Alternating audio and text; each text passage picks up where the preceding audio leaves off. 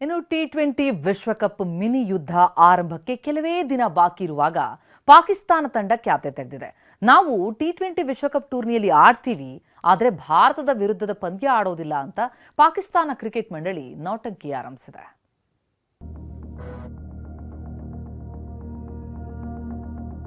ಬಾಂಗ್ಲಾದೇಶದ ಬೆನ್ನಲ್ಲೇ ಬಾಲ ಬಿಚ್ಚಿದ ಪಾಕಿಸ್ತಾನ.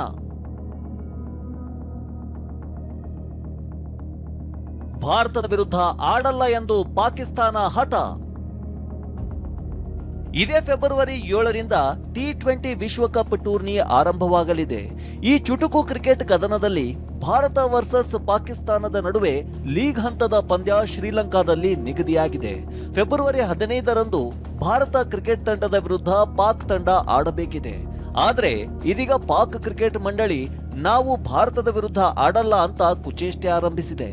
ಟಿ20 ವಿಶ್ವಕಪ್ನಲ್ಲಿ ಪಾಕಿಸ್ತಾನ ಭಾಗಿಯಾಗುತ್ತೆ, ಆದರೆ ಭಾರತದ ವಿರುದ್ಧ ಮಾತ್ರ ಆಡೋದಿಲ್ಲ ಅಂತ ಮೊಂಡಾಟ ಪ್ರದರ್ಶನ ಮಾಡಿದೆ.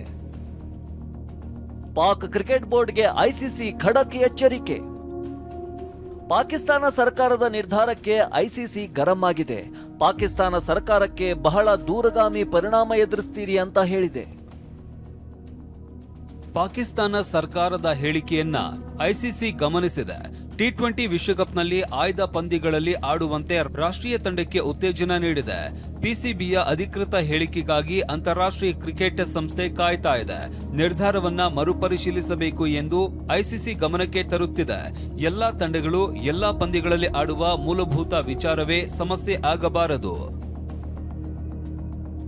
ಭಾರತದ ವಿರುದ್ಧದ ಪಂದ್ಯ ಆಡದ ಕುರಿತು ಐಸಿಸಿಗೆ ಪಾಕಿಸ್ತಾನ ಕ್ರಿಕೆಟ್ ಮಂಡಳಿ ಈವರೆಗೂ ಯಾವುದೇ ಅಧಿಕೃತ ಮಾಹಿತಿ ನೀಡಿಲ್ಲ ಎನ್ನಲಾಗಿದೆ.